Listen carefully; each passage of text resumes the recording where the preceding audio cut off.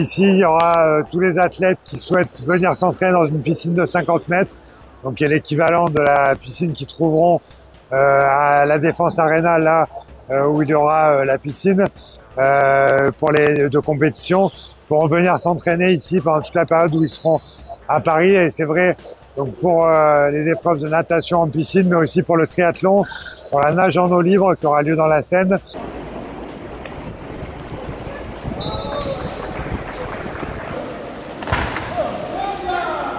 Les jeux ne peuvent pas se faire ici parce que le nombre de places pour accueillir les épreuves n'est pas réglementaire par rapport aux standards de la Fédération internationale pour accueillir les Jeux olympiques. Donc ici, il y a à peu près 1500 places et ce n'est pas suffisant pour accueillir des compétitions de l'ampleur des Jeux olympiques et paralympiques. C'est pour ça qu'elle sert de piscine d'entraînement.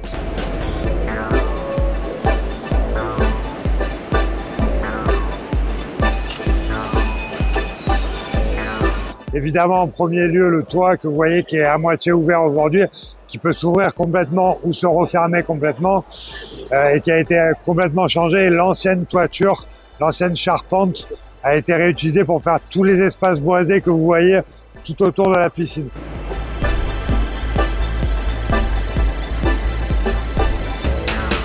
On a aussi beaucoup travaillé sur l'accessibilité. C'est une piscine qui est 100% accessible en refaisant tous les espaces d'accueil, les élévateurs, et aussi il y a, c'est la première fois que je vois ça concrètement, un chenil pour les personnes malvoyantes qui sont accompagnées avec un chien. Elles peuvent laisser leur chien à l'accueil en bas et venir profiter de la piscine après. Donc elle est vraiment, c'est une piscine pionnière en termes d'innovation et d'accessibilité.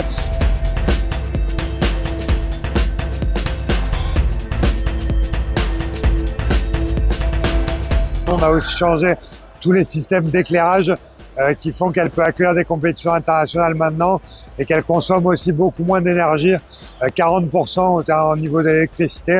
Donc c'est aussi la vertu de la rénovation qu'on a faite. Elle sera donnée au comité d'organisation pour que les athlètes puissent venir à partir de la mi-juin, et après on la rendra aux Parisiennes, aux Parisiens, à tous ceux qui viennent en profiter au quotidien.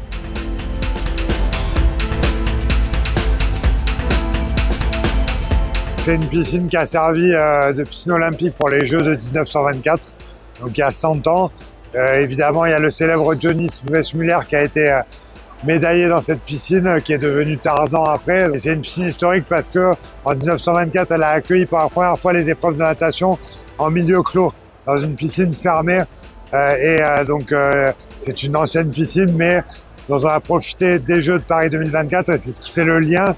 C'est un bon symbole de passation entre le siècle qui s'est écoulé. Pour en faire un site d'entraînement et la rénover.